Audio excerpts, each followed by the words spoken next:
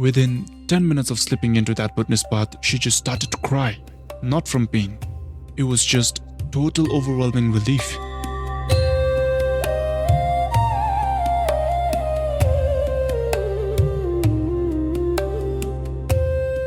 If you've ever explored travel to Bhutan, you've heard of the Dotsho, the hot stone bath. It's on every must-do list. But if it sounds like a standard spa day with some local flavor, get ready for a sensory awakening. Today, we're going to talk about the Dotsho, how it works, what it does to your body, the centuries of traditional medicine behind it, and why it leaves people feeling utterly changed. We'll also give you tips on how to have the best possible experience. Our guide, as always, is Kinzang, one of the Bhutan experts at Orrog Adventure. Good morning, Kinzang. Where are you today? Hi, Kevin. I'm here in Thimphu watching the sun break through the morning mist.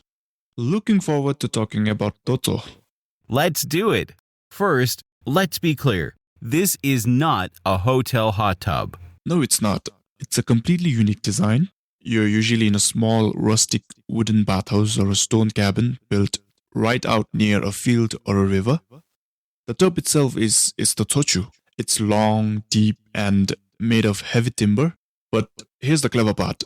The tub is divided in two by a slotted wooden partition. You sit on one side with water and the herbs, and the other connects directly to a chute leading outside the building. And I'm thinking that chute has something to do with how the water gets hot. Exactly. You're inside the dim candlelight, and the fire master is outside in the cold, tending a massive bonfire that's used to heat the rocks. And when a stone is red hot, the fire master slides it down the chute from the outside into the back compartment of your tub. That boils the water on the other side. And then the superheated, mineral-rich water flows through the wooden slats into your side. Yeah, I can already feel how soothing that must be. An all-encompassing sensory experience. Yes, with many layers of ritual, healing, and sensation. Most Buddhists will connect the experience with childhood. My absolute earliest memories are from the freezing winter months down in the valley. Such a contrast. The biting mountain air on your face, but right outside the shed, there's a massive roaring wood fire going. Exactly. And then you hear an intense crackle and a violent hiss when the stones are dropped into the water channel. And all of a sudden you're wrapped in a thick cloud of steam that smells like roasted earth with wild herbs. Amazing just to imagine that. Really interested in those herbs. We'll talk about them more later because they do more than just smell nice. But before we get there, you've guided hundreds of travelers through this. What surprises people the most? I think people are expecting a fancy hot tub, but no, this is an ancient therapy. The heat doesn't just sit on your skin like in a regular bathtub. It penetrates all the way down to your joints and your bones because of the heavy mineral release from the rocks. So it asks for patience. It's not a test of endurance. It's an exercise in letting go. Have you had any particularly memorable experience with someone experiencing their first Dotsho? Yeah, so I was guiding a group on the last night of a very long, demanding Himalayan trek, and one of the guests had really earned her exhaustion. You know, the whole physical investment you make when you let the mountains do their work on you. So we reached a small rustic homestead and then she slipped into the Dotsho. And within 10 minutes, I saw the physical pain and all that mental tension just completely melt off her face. She went totally quiet and then she just started crying. You know, she wasn't upset. That was just a spiritual and physical release unlocked by the Dotsho. That is an experience I will never forget. That's powerful. And I guess this is where we should really touch on the part of the experience that you told me nobody ever asks about. The person who makes this release possible, the one who oversees the ritual. The fire master. He's the unsung hero of the Buddhist Dotsho experience. While you're floating in the velvety warm bath, he's out in the cold mountain air managing a massive bonfire, and he's moving large heated stones with bare tools. And then the whole time he's also listening to you He's gauging your voice, your cues, your timing, just to make sure that you're comfortable. He's helping maintain that perfect soothing balance. And I must say, it's an incredibly demanding work. So please always leave a generous tip for your fire master.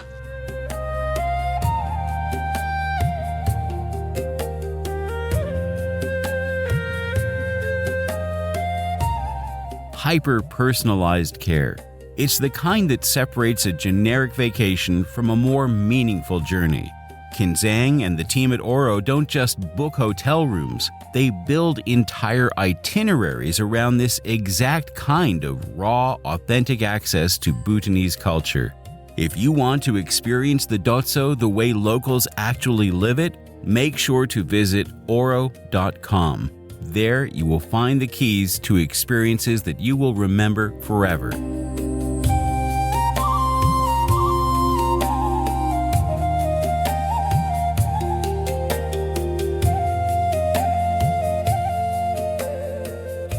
Let's talk about the actual science here, starting with the rocks. You can't just wander down to the creek, grab a handful of stones, and throw them in a fire. Absolutely not. Getting the right stones is key. They have to be the chudo, the river stones, harvested from the fast-flowing mountain riverbeds, where the river has basically spent years vetting them, smoothing them out, and testing their structural density. Why does the density matter? When you take a hot stone and drop it into the cool river water, a bad stone can explode. That's why the Bhutanese fire masters are very selective. They look for heavy dense stones, usually basaltic or very rich in quartz. And then they use a test that has been passed down for generations. If you bang two bad stones together and you hear a dull thud, then you don't want those stones. Good stones will always make a clear, high-pitched metallic clink, and that clink tells you that the stone is perfectly dense with no internal fractures, so then your bath will be safe and supremely enjoyable. So the preparation starts well before the guest arrives. You have to select the stones and start stoking the massive bonfire. And I believe the stones themselves have to bake in the core of the embers for about 4 hours? Yes, you cannot rush it. The heat needs to be driven all the way to the very center of the rock, and you know that they're finally ready when they lose that dark gray color and start glowing a fierce red or even white. I'm guessing this is where the physics of the Dotsho kicks in. Exactly. And when the stone hits the water, there's an intense thermal shock, and that causes the stones to microscopically crack, and then the stones releases silica, iron, calcium, magnesium, and other minerals into the bath. And traditional knowledge says that these minerals draw out toxins, fortify our bones, and completely soothe deep joint pain. Plus, there's a spiritual layer sitting right alongside the science, isn't there? Always. In our culture, nature isn't passive, and we consider elements are alive and carry energy. So these river stones hold the energy of sacred waters flowing down from the pristine Himalayan peaks. So when you lie in that water, you're absorbing the grounding, the ancient strength of the mountains themselves. So in a sense, you're bathing in the mountains. What about the water? What's the traditional source? It is drawn directly from local mountain streams or natural springs. And if you can find a menchu, a designated medicinal spring, then it supercharges the benefits because the water already carries its own unique spiritual and mineral properties. In fact, there is one specific stream near Paro that has almost a legendary status. Tell me about that. Yeah, so it's called the Jage Menchu, which literally translates to the eagle's natural herbal stream. It's a few kilometers outside Paro on the way towards the Chelela Pass. The local lore says a wild eagle severely broke its wing, and since it couldn't fly, it dragged itself to this very specific mountain stream where it soaked there for a few weeks, and the water completely healed its wing. And word spread. And today, people suffering from severe joint fractures, broken limbs, and deep bone injuries travel from all over Bhutan to use this specific water in their hot stone baths for structural healing. So you need the right stones, the right water, and there's also a time of year when all natural water in Bhutan is believed to shift to become something more? Yes, around September, right at the end of the monsoon, there's a holiday called Tribhup, the Blessed Rainy Day, and the belief is that on that exact day, all natural water sources become fully sanctified and medicinal. So the entire country tries to take a hot stone bath on Tribhup. It is the most coveted version of the ritual, and the bookings are almost impossible to get. So book accordingly. And there's still one more element we haven't touched on yet. The herbs, kenpa, the wild wormwood. Walk me through what happens to that plant when the heat hits it. The second those hot stones hit the water, the extreme heat bruises the leaves and they release rich essential oils. This steam instantly fills the room with the pungent, bittersweet, herbaceous aroma. It clears your sinuses immediately and calms your nervous system. This isn't a trendy aromatherapy, by the way. Kenpa has genuine antiseptic, anti-inflammatory, and antimicrobial properties. It's a traditional medicine. And traditional doctors can actually customize the blend. Exactly. A trungto, the traditional medicine practitioners, might add wild mustard seeds to trigger circulation or specific high altitude plants if a guest is dealing with nerve pain or skin conditions. So all in all, the bath can be completely tuned to the individual.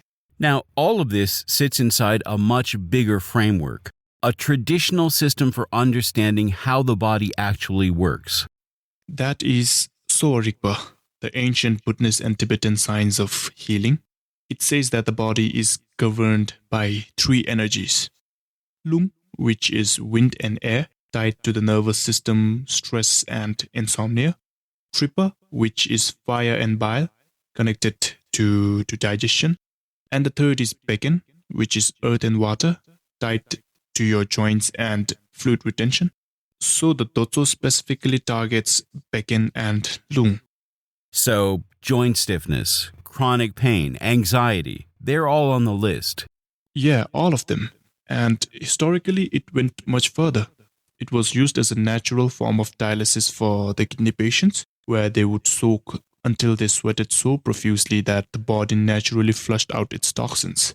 This is ancient precision medicine. It was healthcare for the entire communities. Okay, Kinzang, let's try to transport someone. The sounds, the light, the smells, what's the complete picture?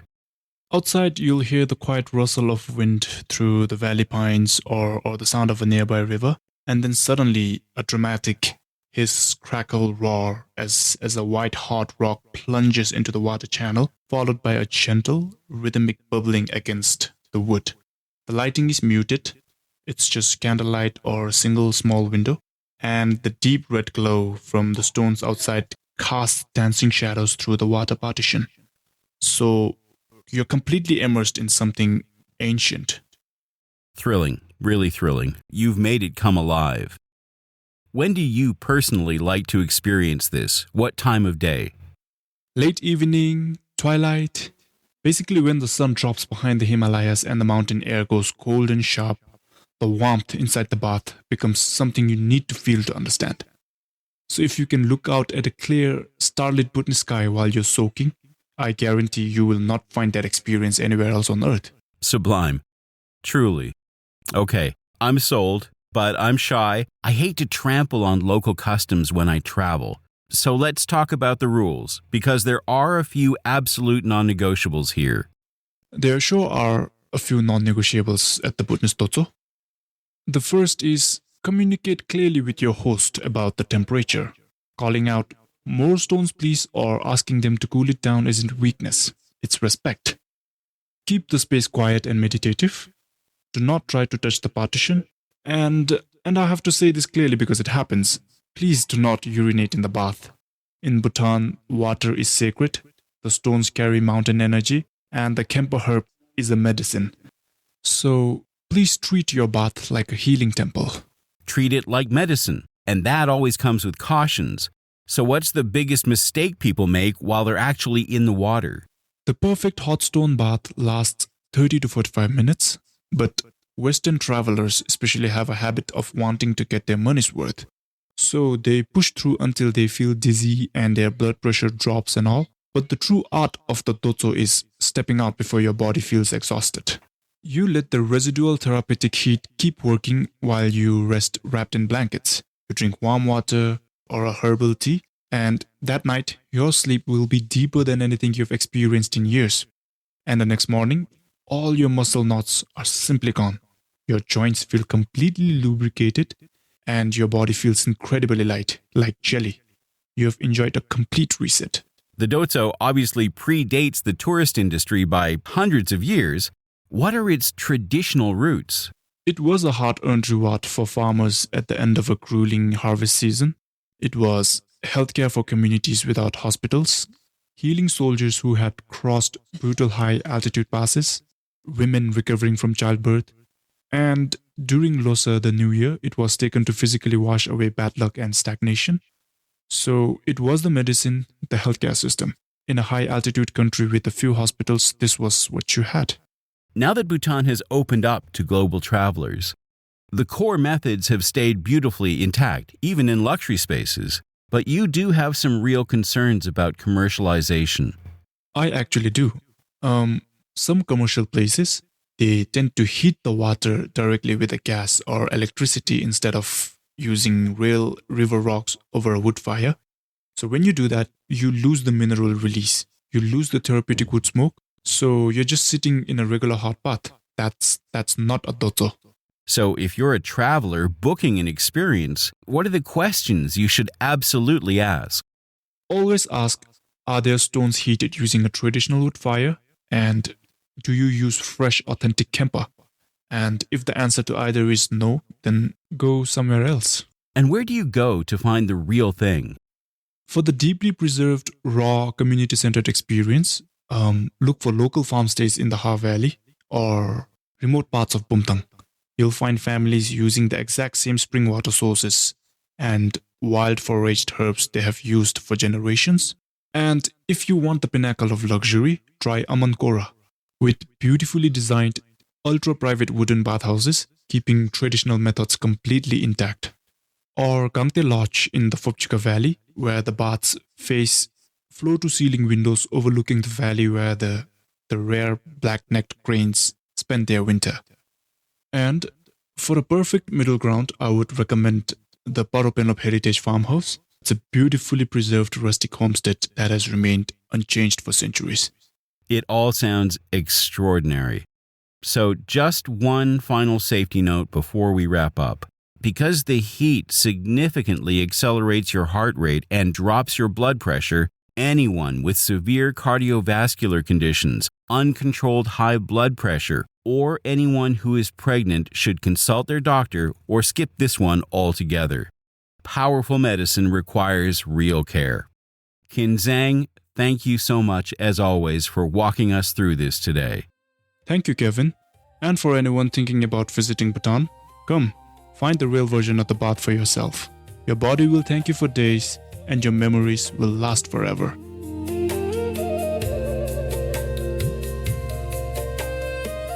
And if you want to enjoy the Dotsho exactly the way it was meant to be experienced, head over to orrog.com. That's ORROG.com. Their team, including Kinzang, specializes in building itineraries around this exact kind of authentic, deep-cut cultural access designed with you in mind. And don't forget to come back soon for our next Bhutan travel guide.